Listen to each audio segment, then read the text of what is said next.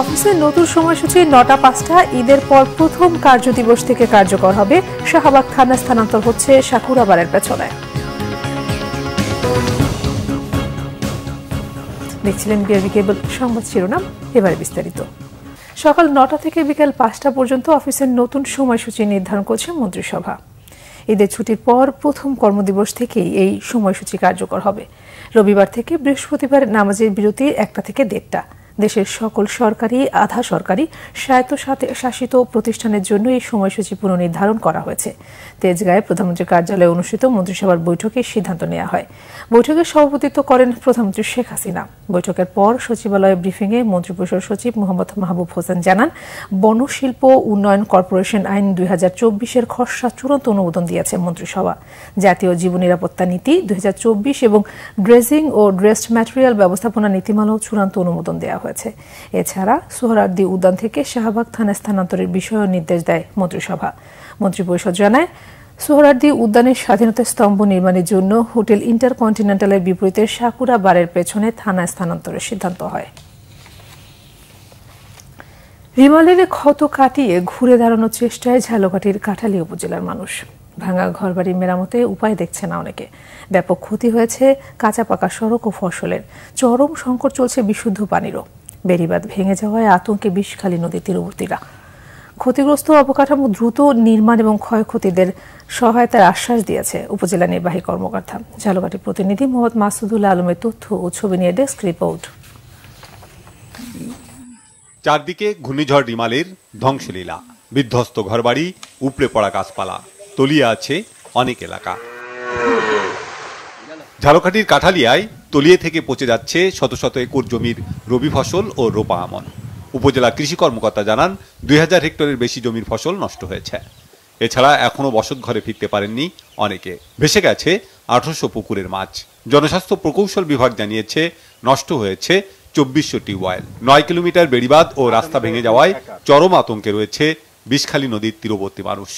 ৩টা গাছ পরে আমাগো ঘর ভাঙ্গে চুরি গেছে, আমরা মৃত্যুর হাত থেকে আমরা বাঁচছি। সব পচিয়া নষ্ট হয়ে গেছে, আমরা খুব ক্ষতিগ্রস্ত হয়েছি। এখানে অনেক কৃষকই পথে বসার অবস্থায়। ৬০০ কলা গাছ লাগানো, সব গাছে কলা ধরছে, সব গাছগুলো ভেঙে গেছে, গুলে গেছে, ফুটার মেয়ে ফুরিয়ে গেছে। মাছের গাছ ছিল ৩টা তলায় মাছ চলে গেছে। আমাদের ফসল সব নষ্ট হয়ে গেছে। বাদাম গেছে, তিল গেছে, ডাইল গেছে, মরিচ গেছে, সবকিছু পানিতে সব পচে গেছে। বিধ্বস্ত অবকাঠামো দ্রুত মেরামত করা হবে বলে জানিয়েছেন উপজেলা নির্বাহী কর্মকর্তা। ক্ষতিগ্রস্তদের তালিকা করে সহায়তার আশ্বাস দিয়েছেন তিনি। কৃষি, মৎস্য, প্রাণী সম্পদ সহ রাস্তাঘাট এবং অবকাঠামোগত ব্যাপক ক্ষয়ক্ষতির সম্মুখীন মানুষ হয়েছে। এই ক্ষয়ক্ষতি পুষিয়ে নেওয়ার জন্য ইতিমধ্যে উপজেলা প্রশাসন সকলের সহযোগিতায় সার্বিক কার্যক্রম পরিচালনা করে যাচ্ছে। ইতিমধ্যে আমরা সকল ধরনের গাছ কেটে রাস্তা পরিষ্কার করেছি এবং যাতায়াত ব্যবস্থাকে স্বাভাবিক করতে পেরেছি। এছাড়াও দুর্গত মানুষের পাশে আমরা দাঁড়িয়েছি এবং তাদেরকে শুকনো খাবার সহ তাদের যত ধরনের সহযোগিতা করা যায় সব ক্ষেত্রেই সরকারের নির্দেশনা আমরা কাজ করে যাচ্ছি।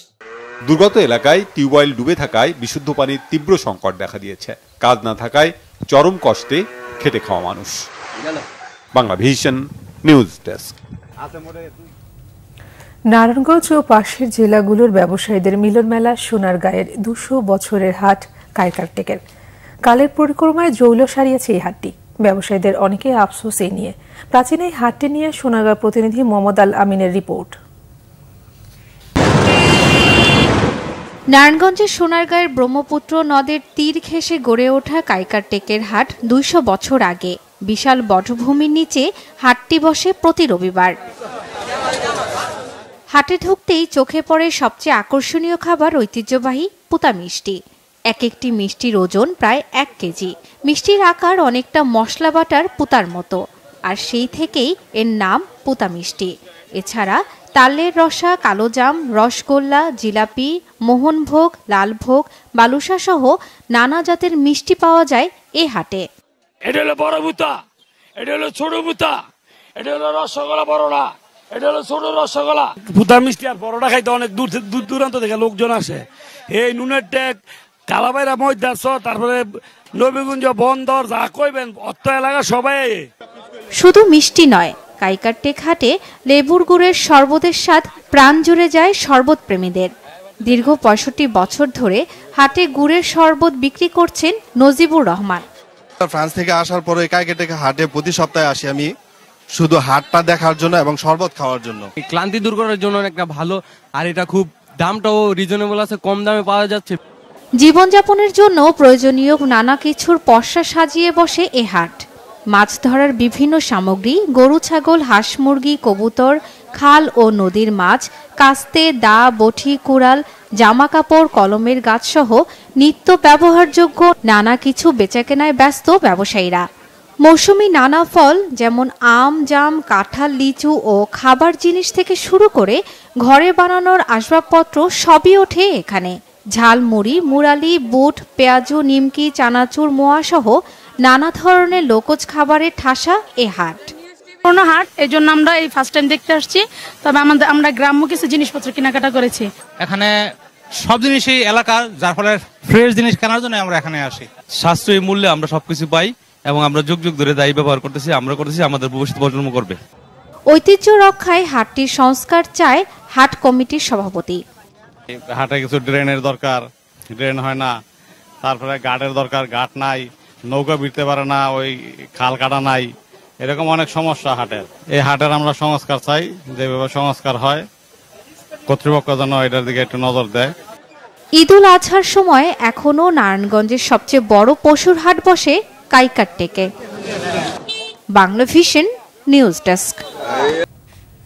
এই ছিল এখনকার মতো। পরের সোমবার সকাল 11টায় দেখার আমন্ত্রণ রইল। এছাড়া বাংলা ভিশন সংবাদ এবং সংবাদ সংশ্লিষ্ট অনুষ্ঠান দেখতে ভিজিট করুন www.bvnews24.com ও facebook.com/banglavisionnews এবং সাবস্ক্রাইব করুন youtube.com/banglavisionnews।